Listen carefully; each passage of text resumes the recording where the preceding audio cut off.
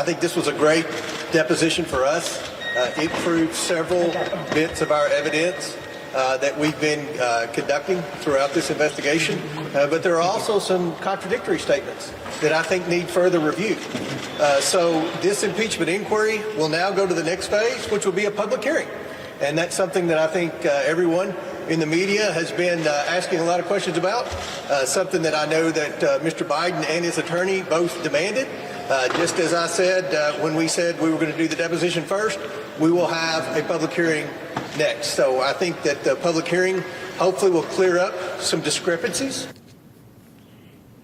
If House Oversight Committee Chairman James Comer has his way, Hunter Biden will soon be back on the hot seat, and this time you will be able to watch. Yesterday, the first son testified behind closed doors, and new tonight, we've just obtained the transcript of 299 pages of Hunter Biden's testimony.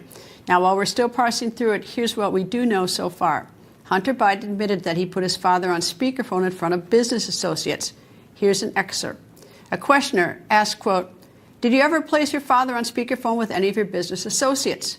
Hunter replies, in part, "I'm certain my dad has called me. My dad calls me like I'm sure a lot of your parents do. Over the course of 10 years, twice a year, my dad would call me and I'd be in the middle of a dinner and I always answer his call," end quote.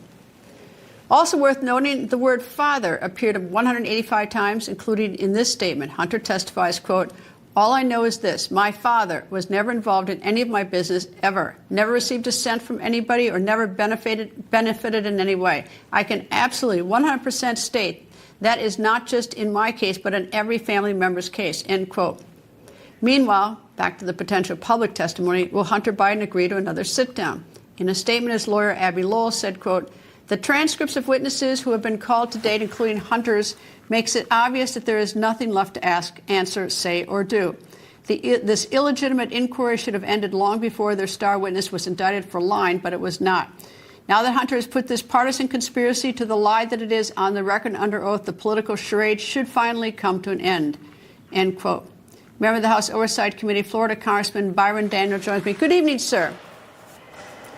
Hey, Greta, how are you? Good to be with you. I'm very well, sir. So listening to Democrats come out yesterday, they said all is good, no problem. This is a charade. This is a farce. Now we hear from the Republican side of the aisle, essentially there's a lot more. We've got to investigate, and that we're going to the next phase. Can you please sort this out for me? What is this next phase? Where is this investigation? Well, where we are right now is we're going to finish getting some of the financial records that we have subpoenaed, because what we're trying to do is corroborate what Hunter Biden said yesterday with what Devin Archer has said, what Tony Bobulinski has said, what the original financial documents we have received have already said. You have the wire transfers from CEFC to the business that was managed and owned by Devin Archer, Hunter Biden, etc. And then you see the rainfall effect of money going to Hunter, going to family members. There have been checks that showed up with Joe Biden that have gone to James Biden. And at the end of this all, Greta, the entire design of this business structure was to make it confusing. It was to conceal money. In Hunter Biden's position, it was to evade taxes. So now we're being told that, oh, Hunter answered everything honestly. If that was the case, then why is he a tax evader? Because he did that as well. So there's a lot of things that we're going to finish up with our investigation. His deposition was one piece of that. All right. Look, Hunter Biden, we all know, is a drug addict, maybe a reformed drug addict. I don't know. But assume that he's a flim-flam man and he flim-flam China out of money. Is that a crime to have China make a stupid business investment in him unless there's some sort of quid pro quo with his father when his father is in office? Now, this is the key thing, Greta. It's not that China made a bad investment in Hunter Biden. The entire purpose of investing in him and his business associates was to get to the big guy, was to get to Joe Biden. Let me give you an example. During his deposition, let me stop you right Hunter there. Biden, was that to get the big guy while the big guy was vice president, or is that, quote, to get the big guy when he was a citizen, not knowing if he'd ever be president? I think it was partly to get him while he was vice president on his way out the door. And then the piece about him becoming president of the United States, nobody knew that at the time, but he's president now. And now the question is, are his decision makings in the White House in part because of the business dealings of his son and of his brother and money that has gone to Joe Biden along the way?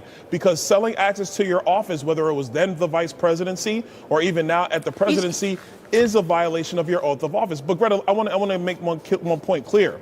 During his testimony, he had total recall of a conversation with the Polish president about why he should be on the board of Burisma. He read it chapter and verse to us. But in the same deposition, he couldn't remember if he responded to an email from James Gilliar where it was stipulated that Joe Biden was the big guy. He couldn't stipulate who was the big guy. He couldn't even remember reading the email. He couldn't remember whether he sent that text message, the famous one we all now know about he's sitting with his father, and then 2 weeks later, you got the $3 million that comes in from CEFC.